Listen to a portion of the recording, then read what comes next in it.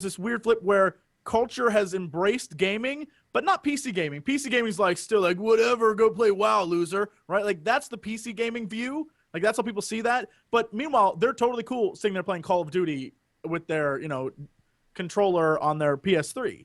Like, is that what's happened here? And so companies see that as like, okay, well, these guys are just going to buy anything we shove in their face. And the hardcore gamers have ditched and left to PC already?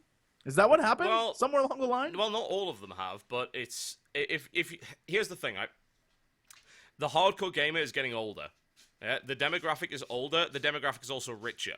Right? We can afford PCs now. Nerds, man. Yeah, Nerds. When you were in school, ching. people made fun of you. Now you got that money. Yeah. You Welcome got to that the world. fliff. Dropping fliff like a sultan. Meanwhile, that one kid on the basketball team, he's groundskeeping back at your high school. Drive by again, you'll see him. He's like, man, I hate my job.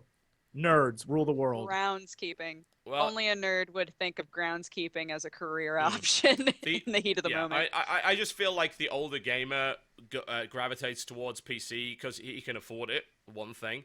He needs it for something else anyway. Like, he needs a PC in his house anyway to manage everything, so he might as well make it a good one. It's like saying, well, I need a car, but instead of buying a Kia, I'm going to buy an S-Class. It's the same principle. It's like, they both get you from A to B, but if I can afford it, why not? And now you've also got a bigger variety of games on PC. PC by far has the largest variety of game experiences available. It's true. Well, Jesse, you even mentioned. I just want to touch on it real quick. You even said that it's like culture accept to be cool, to be a gamer now. If you look at any movie, any TV show, anything like that, at least now, you see Xbox, PS3, and Wii controllers. Some there. Always. It's always console. You'll never see one person on PC, and if you do, it's that stereotype of World of Warcraft. It's always like World of Warcraft specifically, nothing else. No FPS is nothing. Yeah. You know what is the perfect example of console versus like PC? You were saying like most movies have kids playing console games, right? But what was the newest Die Hard movie? The computer geek in there, they are hardcore hackers, and they're blasting music in a room filled with like whatever that one actor's name is, filled with like action figures. They're blasting hardcore music, and he's like, "Hold on, let me hack the system real quick." Like, that's what they assume guys on computers do. It's kind of funny. Oh. I wish, if only, right? But I think we can very safely conclude on that topic that it should be blindingly obvious that stuff is falling behind for consoles, and it's just because the tech's really old, and there's no next generation coming out yet, and one can just say the Wii U really doesn't qualify, which is why you're getting all these current generation games that look exactly the same. Like, hey, Mass Effect 3 on Wii U, it still looks worse than my PC. So I'm not really concerned about that. There was actually a big jump with a lot of the games between Xbox and 360, for instance. The one I think that stood out the most to me was probably Need for Speed Most Wanted. That looked incredible on 360 compared to Xbox and PlayStation 2. But does Wii U look any better than a PC? No, of course not. And I have to wonder what they've got in mind for the next gen for 720 and PS4 if they want to actually make that jump. And if they can, who knows? It's debatable. Well, what's interesting, too, is how it seems like Nintendo specifically, they understand how their console works. Their first-party titles always look astonishing. And then you look at what the third party brings, and it looks like you're watching a YouTube video. It's that's what baffles me the most, is that the first party understands how the hardware works. And it seems like all the third-party stuff just kind of, for the lack of time and money, they just go, well, let's just do what we did for everything else. And eventually it ends up looking kind of like crap. Pretty much. We're going to take a quick break, and then I think we'll come back with the two topics that you have definitely come up with by now, right? Yeah, yes. guys. Yes, good. That's what I'd like to hear. We'll be right back, folks. You're watching the Game Station podcast. Do not go anywhere.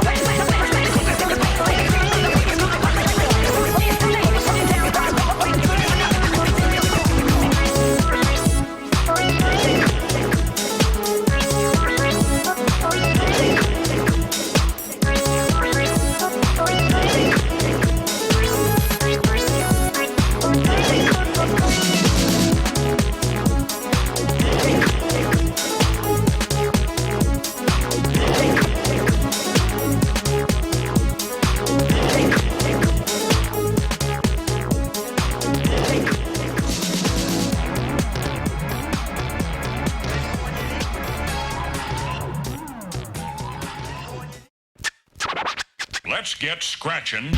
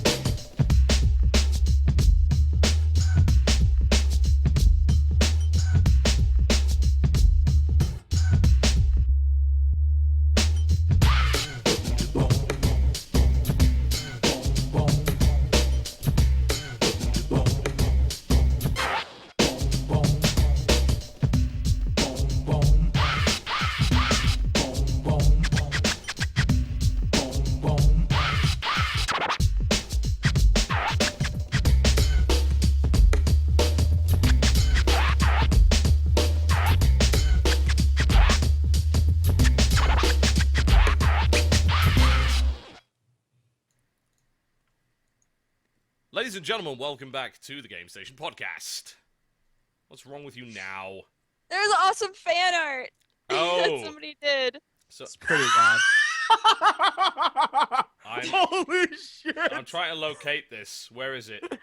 Here, I'll link you. Oh my god. Can I enlarge that picture? There, I put it in that Skype. All right, that's. I like how Let's have a look. I like Brooke's shirt. I know, right? Right, that's classy. it's I like Just how the a- only just a reason why you booby can tap. the only reason why you can tell it's TV is because of the monocle. That's pretty standard. Yeah, I think we can probably show this on air. Let me see what I can do. yeah. I love ET is just like die bitches. It's so good. What a great picture. I also love that Mario the cat is Where'd it in like go? everything now. Yeah, He's just the permanent fourth member that's like sometimes here. I just love the fact that like we had no permission whatsoever to do that. It's just- There it is, folks. There it is. Amazing. That's the Game Station podcast in a nutshell at this stage. I look so generic. On my face. I'm so sorry. It's because I don't have my beard. If I had my beard, I'd stand out more. Yeah, Oh. exactly. No, You but definitely hey, stand out. That would be highly unusual for this podcast. You do have amazing moon boots though.